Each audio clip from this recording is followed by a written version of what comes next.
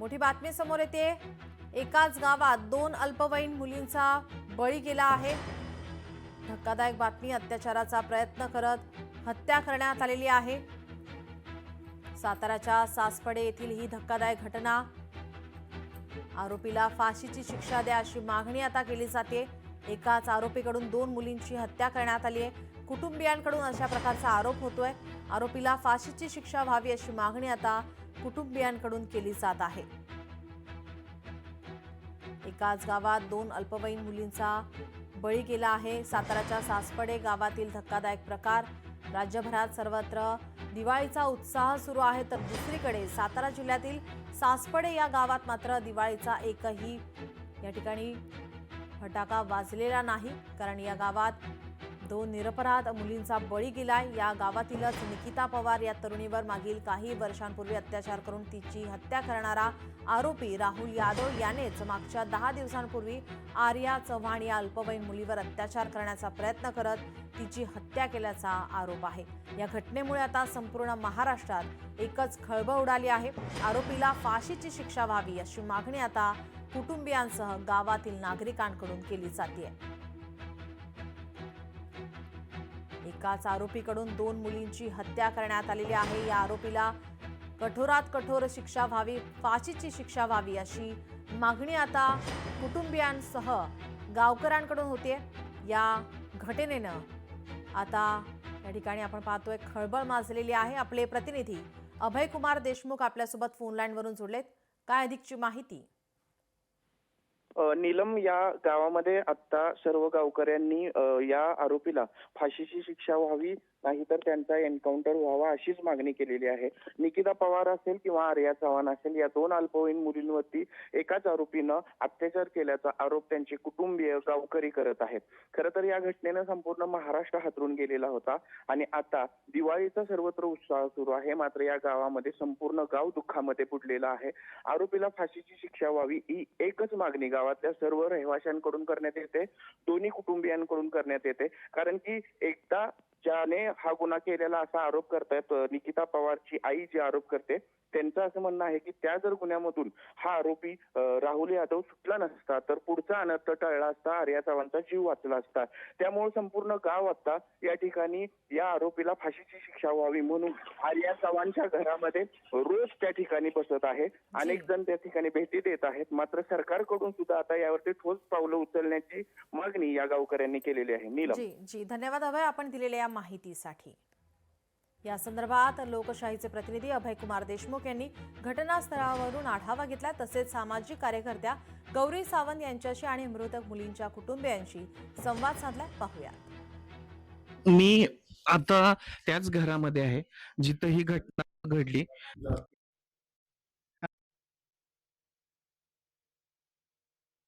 आणि रक्ताचे शिंतोडे पूर्ण या भिंतीवरती बघा, होते. हे रक्ताचे शिंतोडे बघा, त्या जीव काय झालं असेल त्या पोरीचं आपल्याच घरामध्ये निर्गुण हत्या। कधी आयुष्यात तरी वाटलं असेल का ह्या जात्यावर तिने दळलं असेल? तिच्या आई दळलं, तिच्या आजीचं जात हे आज ह्यांनी त्यांनी मला फरशी फोडून टाकली आहे।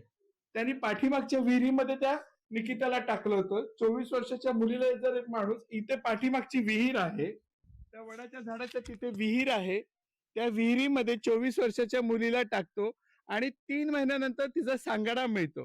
ही पहिली गोष्ट। पोलीस स्टेशनला गेलं तर पोलीस काय म्हणतात, पळून गेली असेल कोणाबरोबर। काय म्हणणार, विधवा स्त्री, एकल महिला आहे ती समाजामध्ये, कोणाकडे न्याय मागणार? पाठीमागे तिकडे आज हे तुम्ही बघा, हे घर बघा, त्याची आर्थिक स्थिती बघा। जी विहीर सांगते तिथं निकिता, तिथे निकिताच। हा, आणि ती 9 वर्षाची असताना तिच्यावर त्यांनी आधी बलात्कार केला होता, त्याच्यातून तो सुटला। त्याच्यामध्ये त्याचे पुरावे अभावामुळे तो सुटला। त्याच्यानंतर पुन्हा त्यांनी गेल्या वर्षी तिच्यावर अतिप्रसंग केला आणि तिला विहिरीमध्ये टाकलं। 2 महिन्यानंतर तिची डेड बॉडी मिळाली आणि त्याचं घर, 2 घर सोडून त्याचं घर बाजूला आहे। तुम्ही जर बघाल 2 घर सोडून, जेव्हा त्यांनी दुपारच्या वेळेस बघितलं की वडील नाहीयेत, आई नाहीये, कोणी नाहीये, कपडे बदलायला ती चिमुकली घरात आली होती, तो पाठीमागून येऊन त्यांनी अतिप्रसंग केला तिच्यावरती। मग अशा माणसाला तुम्ही सांगा, हे प्रीप्लॅन्ड आहे, रागाच्या भरात केलेलं नाहीये, हे त्यांनी ठरवून बुजून केलेला सात्विक माणूस आहे, नरभक्षी आहे। आता आम्ही सरकारलाही आमचे निवेदन आहे की तुम्ही निर्णय घ्या. कधी कधी आम्हाला असं वाटतं की न्यायदेवतेवर आमचा विश्वास आहे. सुप्रीम कोर्ट आणि हायकोर्टाने सुद्धा न्यायदेवतेच्या डोळ्यावरची पट्टी काढलेली आहे आता. म्हणजे पूर्वी जसं न्यायदेवतेच्या डोळ्यावर पट्टी असायची आता ते सुद्धा काढलेलं आहे. तर मला एवढंच म्हणायचं की आम्हाला न्याय काय, त्याची फाशी हेच एक असेल. पण जर तुम्ही आता जर त्याला फाशी दिली तर पुन्हा कोणी असे दुसरे राहुल बबन यादव तयार होणार नाही. आमची लोकशाही न्यूज चॅनेलची आदरणीय मुख्यमंत्र्यांना, गृहमंत्री तेच आहेत आणि दोन्ही उपमुख्यमंत्र्यांना कळकळीची विनंती आहे, या गावकऱ्यांचा जो आर्त हाक आहे, जी आर्त हाक आहे, ज्या वेदना आहेत, आर्या असेल किंवा निकिता असेल, त्यांच्या कुटुंबियांच्या मनामध्ये जी घालमेल आहे, त्यांची लेकरं या जगातून निघून गेलेले आहेत. कृपया आपण याकडे गांभीर्याने पहा आणि आरोपीला कठोरात कठोर कसं शासन होईल याकडे लक्ष द्या. अभय कुमार देशमुख, लोकशाही न्यूज, सासपडे. 2013ला माझी निकिता 9 वर्षाची होती. त्यावेळेस त्यानं म्हणजे असं बलात्कार करण्याचा प्रयत्न म्हणजे केला होता. म्हणजे ड्रेसवर सगळी हे झालं होतं. लहानच होती माझी मुलगी. तेव्हा मी पोलीस स्टेशनला गेले. पण काय 20-25 दिवस त्याला आत टाकला होता आणि परत त्याला सोडून दिलं. त्यावेळेस जर योग्य हे केलं असतं तर दोन्ही मुलींचा जीव वाचला असता. तिला ठार मारण्याचा प्रयत्न केला. त्यात मी एनसी दाखल करून बोरगाव पोलिसांनी एनसी दाखल केली होती. त्यामुळे त्याने सूड आमच्या मुलगी काढला. न्याय मिळावा यासाठी तुम्ही मुख्यमंत्री असतील, गृहमंत्री असतील, उपमुख्यमंत्री असतील, यांना काय आवाहन कराल? त्याला जन्मठेप अशी शिक्षा किंवा एन्काउंटर. मुलींना न्याय तर मिळालाच पाहिजे, पण त्याला फाशी शिक्षा झाली पाहिजे.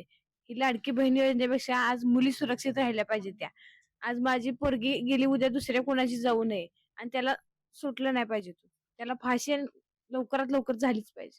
शेतामधून ती गायब झाली आणि त्याच्यावेळी त्यांनी तक्रार टाकली गायब झाली, मिसिंग आहे म्हणून.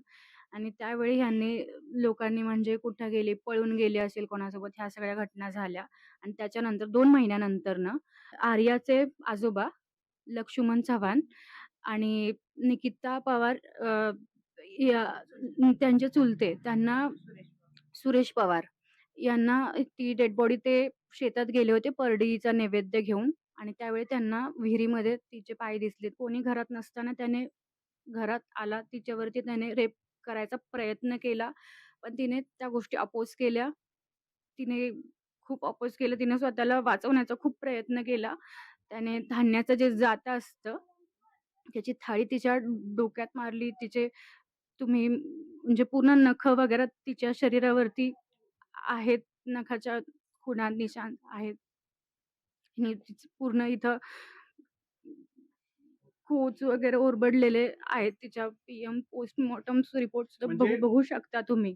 महिला आयोगाला माझी एवढीच विनंती आहे की ह्या आरोपीला फाशीची शिक्षा लवकरात लवकर झाली पाहिजे.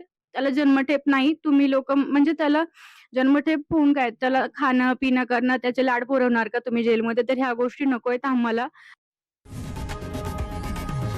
लोकशाही मराठी ऐका, पहा, जागरूक रहा.